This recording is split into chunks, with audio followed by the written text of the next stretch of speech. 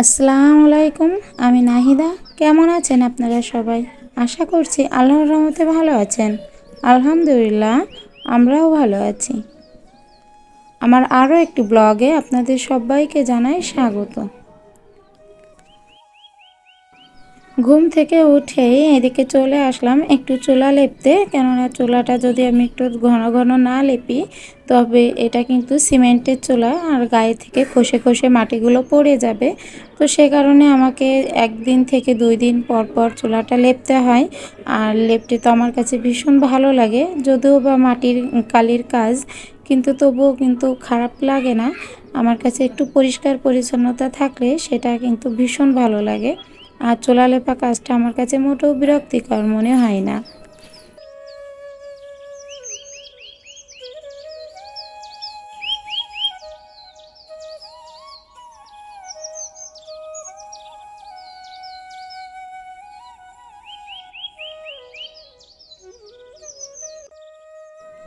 মাটির অভাবে অনেক সময় চুলাটা লেপা হয় না।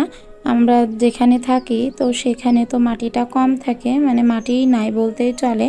যদিও বা গ্রামে থাকি, কিন্তু আমাদের কিন্তু তেমন আশেপাশে জায়গা নেই যে সেখান থেকে মাটি নিয়ে আসবো। আর আশপাশটা একেবারে যে পুরো গ্রামের ভিতরে সেটা কিন্তু নয়। আশেপাশ বেশ বাড়িঘর হয়ে গেছে। আর এটা তো আমার গ্রামের বাড়ি বলতে আমার শ্বশুর বাড়ি নয়, যে এই জায়গা থেকে যে কোনো জায়গা থেকে একটু মাটি নিয়ে আসা যাবে। এখানে যারাই বাসা করেছি তারাই কোথাও না কোথাও থেকে এসে এখানে জমি কিনে তারপর বাড়িটা করা। তো তাড়াতাড়ি করে চুলাটা লেপে নিয়ে আমি এখানে চালটা ধুয়ে দিব, মানে আগে থেকে পানিটা দিয়ে দেবো। পানিটা যখন গরম হয়ে যাবে তার পরবর্তীতে আমি চালটা ধুয়ে দেব। এখনও পর্যন্ত চালটা ঝাড়া হয়নি, তো ভাবছি যখন চুলাটাকে ধরিয়ে নিই, ধরিয়ে পানিটা বসিয়ে দিয়ে তারপর আমি চালটা ঝাড়বো। তাতে করে আমার এদিকে পানির ভাতটা, মানে পানিটা গরম হয়ে যাবে, আর এদিকে আমার চালটাও ঝাড়া হয়ে যাবে।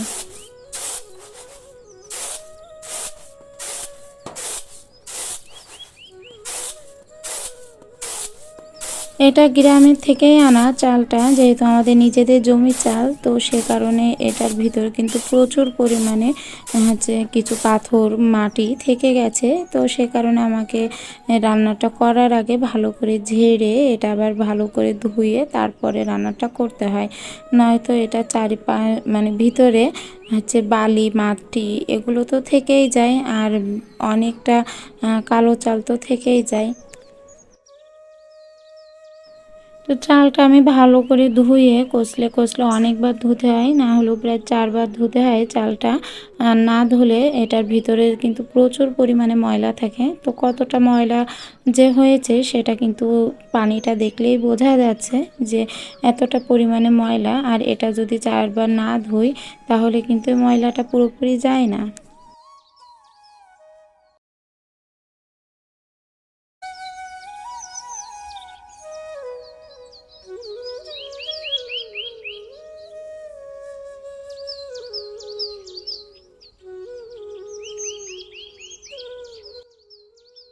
আমি যেখানে রান্না করি সেটার পিছনে কিন্তু অনেকটা পেঁপের পাতা পড়ে আছে।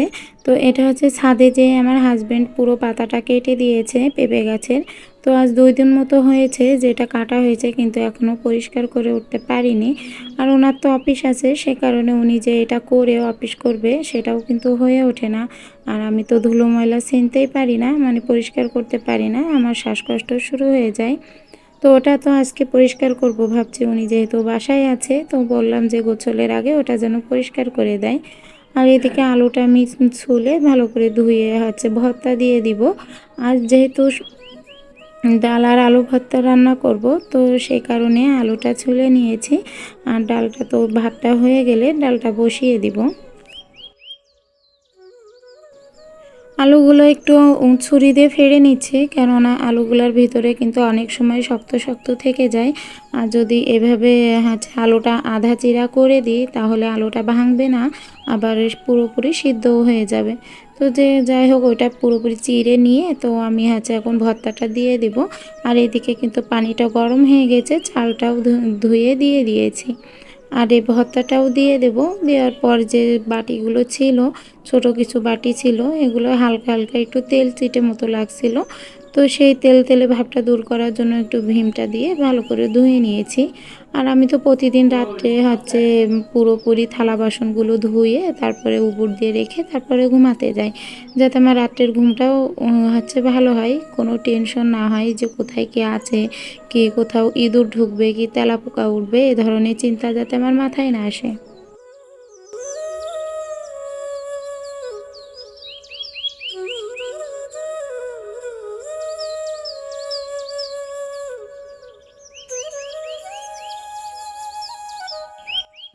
ওইদিকে তো ভাতটা বসিয়ে দিয়েছি, এইদিকে চলে আসলাম একটু বেডটা গোছাতে। আমার যতক্ষণে ভাতটা হবে ততক্ষণ যদি বসে না থেকে আমি অন্য কাজটা করে নিই, তো সেই কারণে আমি চলে আসলাম যে বেডটা গুছিয়ে নিই। আর এদিকে বাবুর পড়ার টেবিলগুলো একটু এলোমেলো হয়ে আছে, তো এই সুযোগে ওইটাও গুছিয়ে নিই। আর তারপরে যখন ভাতটাও হয়ে যাবে, ভাতটা উবুর কাত করে নিয়ে তারপরে আমি ডালটা বসিয়ে দিতে পারবো।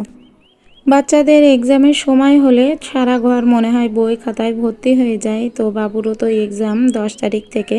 তো ওর এখন থেকে ওর পড়ার টেবিলগুলা ওর বেডের পরে সারাক্ষণ পড়ার টেবিল এবং বেডের উপর দুইটাই খুব বাজে অবস্থায় থাকে। আর ও তো নিজে কখনোই বইগুলো গুছিয়ে রাখবে না যতক্ষণ না পর্যন্ত আমি না গুছিয়ে দিই।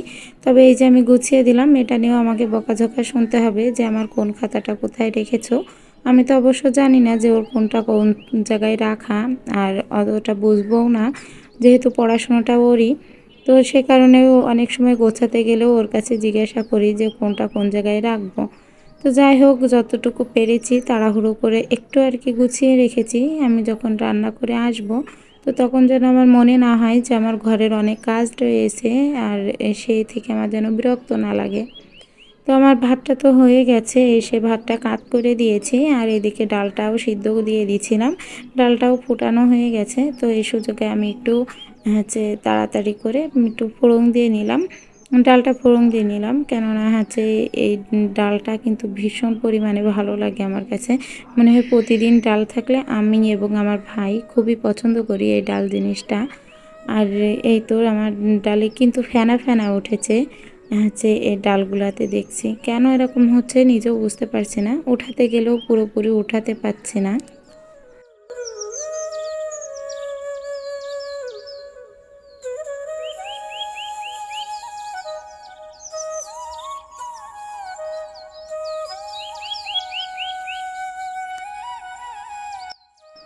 গতকালকে যে বাদামগুলো আনছিল, কাঠবাদাম, তারপরে কাজু বাদাম, তারপরে আর একটা কী বাদাম, সে বাদামটার নাম আমি জানি না, চীনা বাদাম না, তবে কী নাম সেটা আমি জানি না।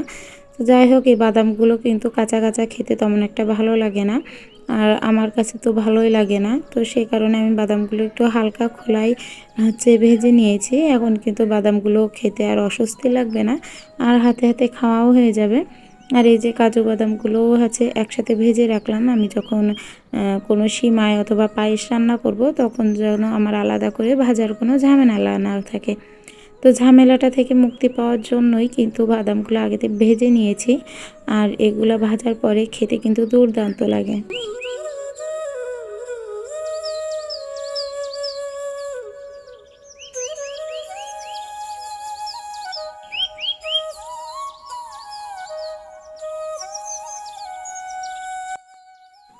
তো বাদামগুলো ভাজার পর আমি ঠান্ডা হওয়ার জন্য রেখে দিয়েছিলাম, আর এখন এই একটা কৌটার মধ্যে সবগুলো বাদাম ভরে নিব। আলাদা আলাদা কৌটায় রাখার কোনো প্রয়োজন নাই, কেননা যেহেতু আমি যখন বাদামগুলো বের করব, তো তখন কিন্তু একটা থেকে দুটো তিনটে করে নিয়েই একটা বাটিতে নিয়ে খাবো। তো সেই কারণে ভাবলাম একসাথেই মিক্সড করে রাখি, যখন নেব তখন আর আলাদা করে কৌটা খোলার ঝামেলা থাকবে না। তো সকালে তো ভেবেছিলাম যে শুধু আলু ভর্তার ডাল করব, কিন্তু পরবর্তীতে অনেক ভাগে হয়ে গেছে। এদিকে সাদা বেগুন আমি একটু মাছ দিয়ে চচ্চড়ি করেছি, আর এদিকে কুমড়োর শাক রান্না করেছি, ডাল করেছি, আর আলু ভর্তা। সিম্পল রাঁধতে যে অনেক ভাগেই হয়ে গেছে আস্তে আস্তে। তবে সমস্যা নেই, আমার হাজব্যান্ডের পছন্দের খুব খাবার এগুলা, যে কুমড়ো শাক ভাজি, তারপরে আবার সাদা বেগুনের চচ্চড়ি, এটাকে ওনার খেতে খুবই পছন্দ হয়, সেই কারণেই ওনার জন্য করা। আর বাদ বাকি ডাল, আলু ভর্তা, শাক এগুলো তো আমি এবং আমার ভাইয়াই খাবো। তো ঘরের কাজকর্ম একটু একটু করে গুছিয়ে উঠছি। এবার দেখছি ফ্রিজটার হচ্ছে বেশ হাতের ছাপ লেগে গেছে। তো সে কারণে ফ্রিজটা ভালো করে পরিষ্কার করে নিলাম। আর তার পরপরই পিছন দিকে তাকিয়ে দেখি আমার দরজাটার অবস্থাটাও অনেকটা খারাপ। এখানে প্রচুর পরিমাণে ঝোল পড়েছে, মানে উড়ে আসা ময়লা যে এরকমটা হয়। তো এই দরজাটা এবং ওই পাটের দরজা দুইটাই পরিষ্কার করে নিয়েছি। তো ওগুলো যেহেতু পরিষ্কার হয়ে গেছে, এবার রুমটা ঝাড়ার পালা। তো আমি আগে পাপোশগুলো উঠিয়ে তারপরে বাইরে রেখে ঝেড়ে এসেছি। আর ওটা একটু মেলে দিয়ে এসেছি যাতে ময়লাটাও আর কি খোলা ময়লাগুলো পড়ে যায় ঝাড়া দিলে। আর এদিকে তো আমি ঘরটাও একটু ঝাড়ু দিয়ে নিচ্ছি, কেননা সকাল থেকে খুব ব্যস্ত ছিলাম, এখনও পর্যন্ত বাসি ঘরটাও ঝাড় দিতে পারিনি আজকে।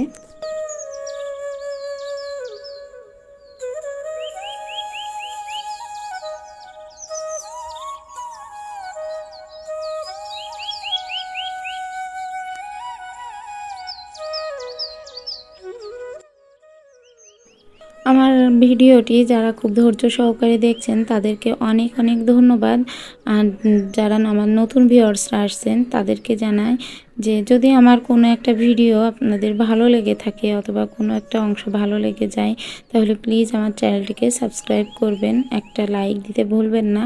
আপনার একটা লাইকে আমাকে অনেকটা দূর এগিয়ে নিয়ে যাবে এবং আমাকে উৎসাহিত করবে। আর যদি চান আপনাদের এই বোনটি একটু হলেও ইউটিউবে জায়গা করে নিক, তাহলে চ্যানেলটি প্লিজ সাবস্ক্রাইব করবেন। আর যারা অলরেডি এই কাজটা করে ফেলেছেন তাদেরকে তো অসংখ্য ধন্যবাদ। আর যারা আমার ফেসবুক থেকে দেখছেন অবশ্যই আমার ফেসবুকটা একটা ফলো দিয়ে রাখবেন, তাহলে আমার প্রতিদিনের নিয়মিত কাজকর্ম যারা আপনারা পছন্দ করছেন তাহলে এই ধরনের ভিডিও নিয়মিত দেখতে পারবেন।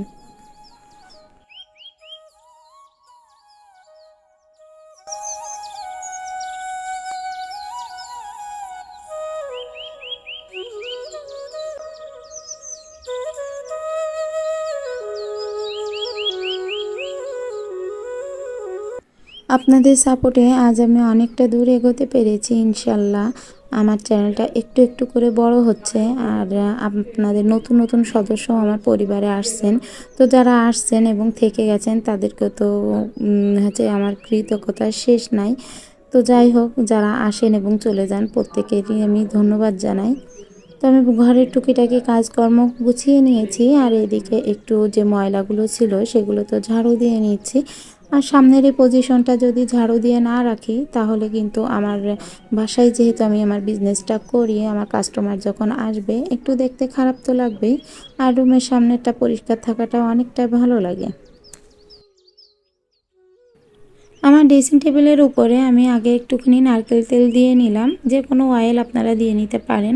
এইভাবে যদি এই ধরনের ফার্নিচার পরিষ্কার করতে চান, এটা পার্ট এক্সের অথবা মালয়েশিয়ান বোর্ড যে যেটাই বলেন না কেন, তো সেটা পরিষ্কার করতে গেলে একটু অয়েল দিয়ে যদি এটা পরিষ্কার করা হয় তাহলে কিন্তু দারুণ পরিষ্কার হয়।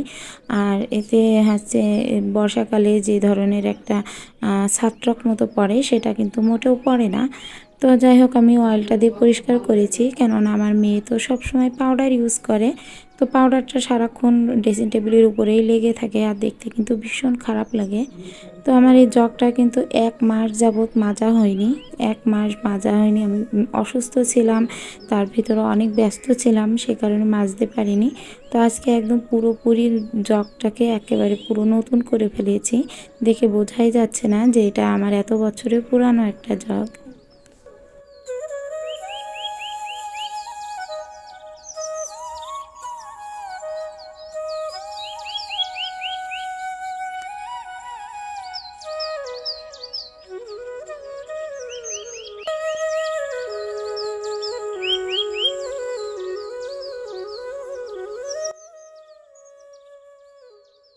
মেয়ের বোতলটাও আমি পরিষ্কার করে নিয়েছি, আর এদিকে পুরোটা ধুয়ে মুছে এবার পানিটা ঢেলে রাখবো, কেননা দুপুরের প্রায় খাওয়ার টাইম চলে আসছে। আর সকালকের খাওয়াটা তো হয়ে গেছে, যে আলু ভর্তা করেছিলাম তো সেটা দিয়ে কমপ্লিটটা হয়ে গেছে। আর এখন দুপুরের খাবার দাবার করতে যাবে সবাই। তো তার আগে বোতলে পানি ভরে রাখছি, কেননা আমার মেয়েটা প্রচুর পরিমাণে পানি খায়।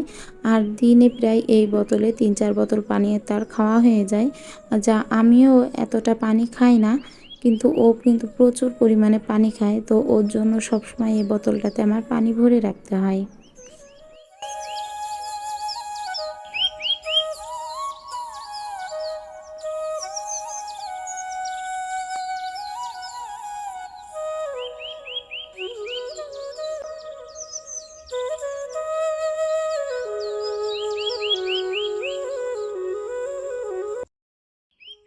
ঘরের সম্পূর্ণ কাজ সেরে এদিকে একটু ছাদে আসছি।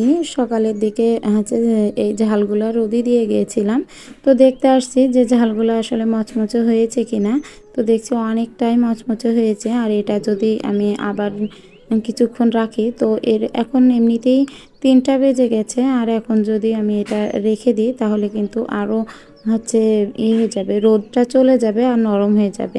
এরকম করে করে আমার 3 দিন রোদে দেওয়া হয়েছে, কিন্তু বয়ামে ভরতে পারিনি, যে কারণে হচ্ছে এখনই নিয়ে যাচ্ছি। যে এখন তো যতটুকু হয়েছে খারাপ হয়নি, একটু তো মচমচে হয়েছে। আর এভাবে করে রোদে দিয়ে যদি এরকম বয়ামে পুড়ে রাখতে পারেন তাহলে কিন্তু ঝাল একটা বছর পর্যন্ত এরকম ভালো থাকবে। আর আপনার বাটার সময় অথবা ব্লেন্ড করার সময় কিন্তু কোনো রকম হচ্ছে কষ্ট হবে না। বিশেষ করে যারা হাতে বাটে শিলে, তো শিলপাটায় যারা বাটাবাটি করে তাদের জন্য কিন্তু খুবই সুবিধা হবে। তো আমি এখান থেকে কিছু ঝাল উঠিয়ে রাখছি, কেননা ওটা আমি খোলায় যেভাবে মচমচে হয়েছে এটা আমি স্বাভাবিক একটা হামানে করে তো এটা হচ্ছে একটু ছেঁচে নিব, একটু গুঁড়ো করে নিব আর কি। এটা কিন্তু যে কোনো খাবারে দিলে ঝাল ঝাল হবে, আর বাটা কাটার ঝামেলাটাও থাকবে না। তো যাই হোক, আমার আজকের ভিডিওটা আমি এখানেই শেষ করছি। দেখা হবে নতুন কোনো ভিডিও নিয়ে, চলে আসবো আপনাদের সামনে। ততদিন আপনারা সবাই ভালো থাকবেন, সুস্থ থাকবেন। আল্লাহ হাফেজ।